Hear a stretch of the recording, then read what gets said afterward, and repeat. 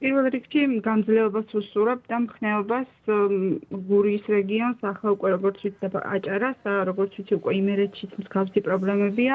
გურიაში ერთი კარგი ამბავი რაც არის ის არის რომ გამოიდარა და ძალიან გვიხარია ეს ამბავი, იმიტომ რომ ესე მაინც იქნებ შემსუბუქად არსებული მდგომარეობა. რაც შეეხება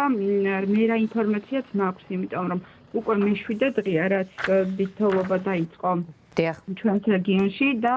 მე პრაქტიკულად გუშინ საღამომდე არ მქონდა წვდომა გარესამყაროსთან გულისხმობ ელექტროენერგიის მიწოდება გაწყდა ჩვენთან, ჩვენს სოფელში და სხვა სოფლებშიც, ზოგადად მუნიციპალიტეტის და ზოგადად გურიის რეგიონში დაზიანდა კიდერები და დაბვის გადამცემი ხაზები. ახლა ამ ეტაპისთვისაც არ არის აღდგენილი ჩემს სოფელში, მაგალითად ნაგომარში სრულად ელექტროენერგიის მიწოდება. რაც შეეხება ბუნებრივ აირს არ შეწყვეტილა ჩვენ შემთხვევაში მიწოდება, მაგრამ იქიდან გამომდინარე, რომ სოფელში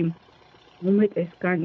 არ არის ჩვენ სოფელში მაგალითად არ არის წყლის სისტემა და მოსახლეობა დამოკიდებულია სასმელად გამოიყენოს გარეჭიდან მიღებული წყალი და ეს დამოკიდებულია თავის მხრივ ელექტროენერგიაზე, იმიტომ რომ წყლის ტუმბოები მუშაობს ელექტროენერგიაზე და როცა დაიწყო უკვე ეს თოვლობა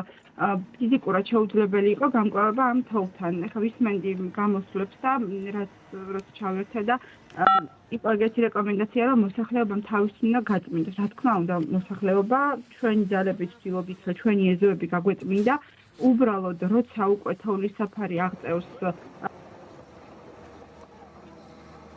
ქალბატონ თამარ გაწყდა მე მგონი თქვენი ხმა ტექნიკური ხარვეზია სავარაუდოდ. აი როგორც მატყობინებენ, უკვე შეგიძლიათ განაგრძოთ საუბარი.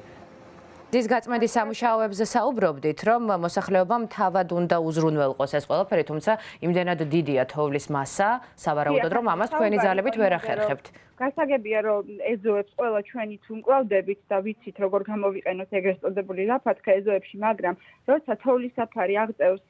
და სცილდება 1 მეტრს და ჩვენთან მაგალითად ნაგომარში უკვე 1.5 მეტრი იყო ბოლო მონაცემებით, როცა სანამ თოვა შეწყდებოდა თოვლის საფარი, რთული წარმოუდგენელია, რომ ადამიანებმა თავისით გაუმკლავდნენ, განსაკუთრებით მაშინ, როცა ზოგიერთ ოჯახში ცხოვრობს მხოლოდ მოხუცებული ადამიანები, ან არ არიან ახალგაზრდები გარშემო და მეტიც როცა რაღაცა საუბარია იმაზე, რომ ერთმანეთს ეხმარებიან ადამიანები, უბრალოდ როცა ყველა საშიშროების წინაშე დგას, რომ მაგალითად თოვლობის გამოსახურავი ვერ უძლებს ამ დიდ თოვლს და საჭიროა, რომ ჩამოითოვლოს, ამას სჭირდება ადამიანური რესურსით და ყველას, როცა საკუთარი პირველ რიგში საკუთარი საცხოვრისი აქვს მისახედი, რთულია, რომ ამ დროს შეძლო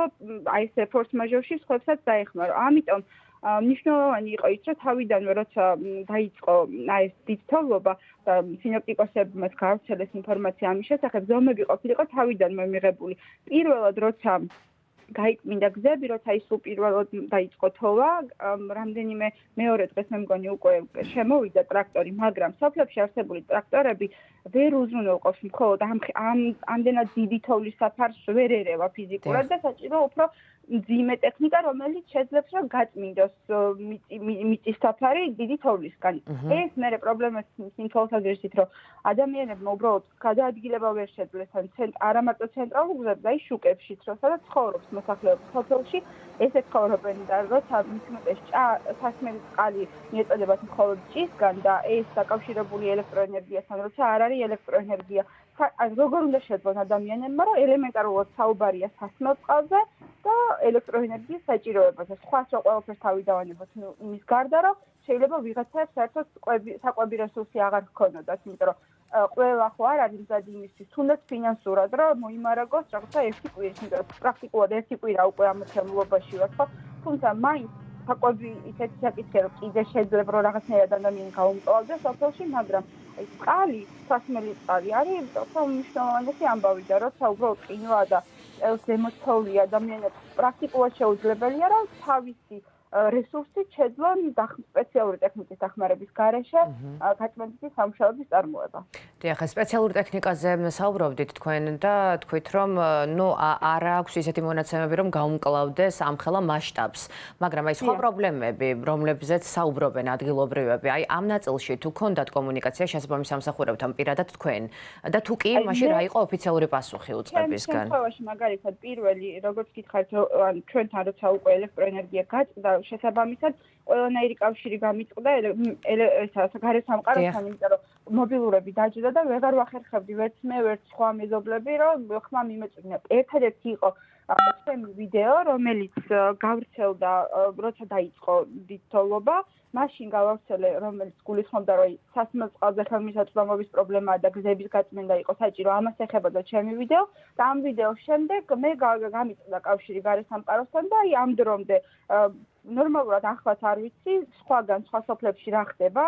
ეხლა ვეცნობ ნელ-ნელა და გებულობ, რომ ხალხი ზოგი ადამიანს ერთად დაიღუპა და ალბათ ჩემი პრობლემა ამასთან შედარებით არაფერი არ არის ნამდვილად, უბრალოდ მე სხვა ინფორმაცია აღარ მქონდა, მხოლოდ ეგერთი იყო ინფორმაციის გავრცელების შესაძლებლობა, სანამ გამეთიშებოდა მობილური, რომ გამევრცელებინა და იყო საჯარო ეს ინფორმაცია და ჰქონდათ სიტყვა ალბათ ყველა იმ ორგანოს, რომელსაც ეხება ეს საკითხი, რომ უნდა ყოფილიყო დროულად მობილიზება დაწყებული გაწმენდითი სამუშაოების.